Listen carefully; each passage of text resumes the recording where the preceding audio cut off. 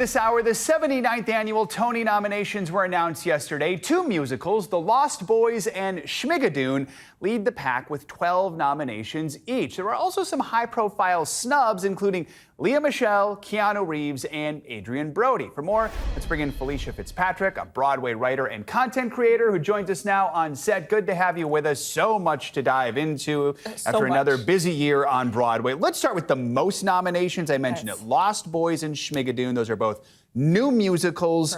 What other shows just did overall especially well this year? Well, it's funny because those are the two musicals, but the rest are revivals. So they locked down the new musicals for the most nominated, but we have Ragtime with 11, Death of a Salesman, Cats, and Rocky Horror with 9.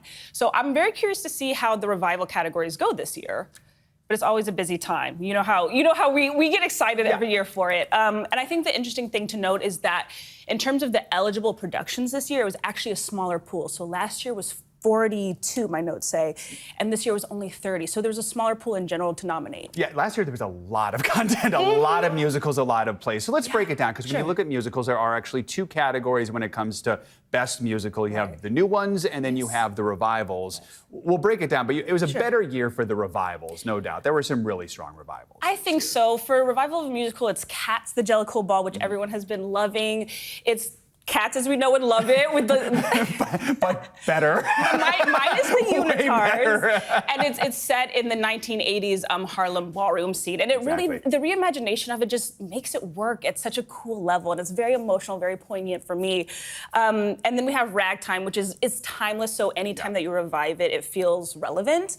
And then Rocky Horror Show is also kind of the same thing. It's timeless because even though it's different than Ragtime, anytime it's up, it has this cult following that's gonna love it. Exactly, and of course we just had the 50th anniversary of the Rocky Horror Picture Show last year, so now to see it back on Broadway with Luke Evans, it's absolutely incredible. And then as far as just the main new musicals, there were only 5 new musicals this year. 4 of them got nominated. Beaches did not. And we really don't know who will win. It is an open race. Yeah, I don't think there's a clear front runner at this moment. I know that there's a lot of love for Titanic. Schmigadoon was a great TV show that people loved on Apple TV, and then The Lost Boys as well has a big following right now. And then Two Strangers, I can never say the title right, Two Strangers Carrying a Cake Across New York, became such a fun show for people to love. It was an original musical, and I'm excited to see what happens over the next few weeks. Yeah, it's called Two Strangers, and then in parentheses, Carry a Cake Around New York. Only 2 stars in it. They both got nominated. It's gotten a lot of good buzz. You mentioned something near and dear to my heart, and that is Titanic. Yes. I actually did a story on it nearly 4 years ago. It started off Broadway in the basement of a Gristedes grocery store. I'm not kidding you. And it quickly became a cult classic. Now here we are nearly 4 years later, and it's nominated, got all these Tony nominations, not just Best Musical, but some of the acting categories. It's fantastic. It is, and I feel like everyone loves a Cinderella story. Like the fact that it started in a basement and now it's nominated for Tonys is really exciting for people, and it's developed its own following as well. I know it did well with the London run, so people are excited to see if they can repeat that in New York. Yeah, exactly. And for those who don't know, I'll give you the basics of the story. It is basically, if you've seen the movie Titanic, it is that storyline, but imagine if Celine Dion is actually on the ship, and then all of the music is Celine Dion's songs. And I think it's the favorite for featured actor, the person who plays the iceberg. Which I love as a Broadway role. I love it. That's all you need to know. The iceberg might win a Tony. Let's shift over to plays, because it really was a big year for plays, both in revivals and in new plays. What should we know about those? Well, for the best plays, I think it's important to note that Liberation just won the Pulitzer Prize. So does that make it the best play winner? Could be. It did close, so I think people are wondering, is it still going to get love? It's going to clinch a spot. It did. Little Bear Ridge Road also had already closed, clinched a spot. And then we have The Ballisters and Giant, which are still open.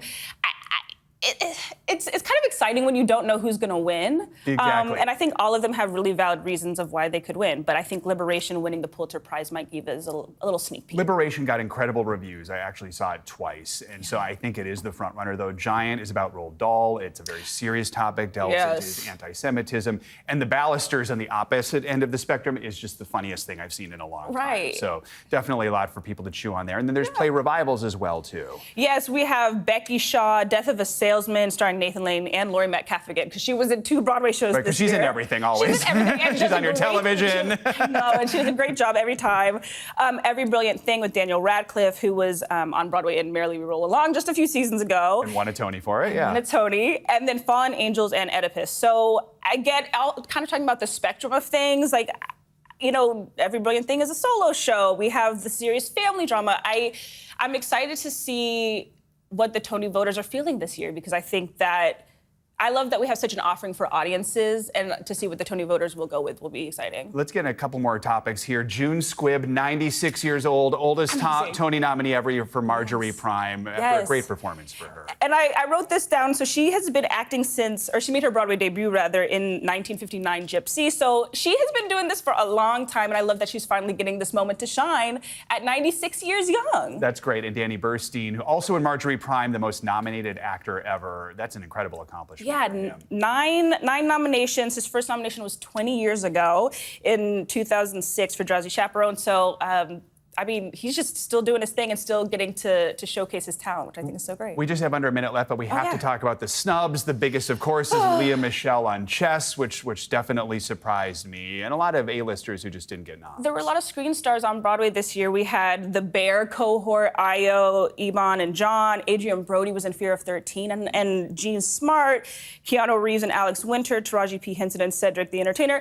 Lots of A-listers who just didn't get any love, no nods. So I think, you know, people can appreciate their performances on Broadway even if they didn't get those Tony nods. And they're probably driving ticket sales to some of those plays as well. So in the end, they might be considered winners there. The Lea Michele thing, I think, pretty surprising, because she did get some praise for her. At least it's a singing role. Absolutely. And she's a Broadway baby. Like, she grew up on Broadway. So I think people were surprised by that. All right, Felicia, good to have you with us. Thank you so much. Tony's coming up in just a few weeks. That is going to do it for this hour of Morning News Now. But don't go anywhere. The news continues right now.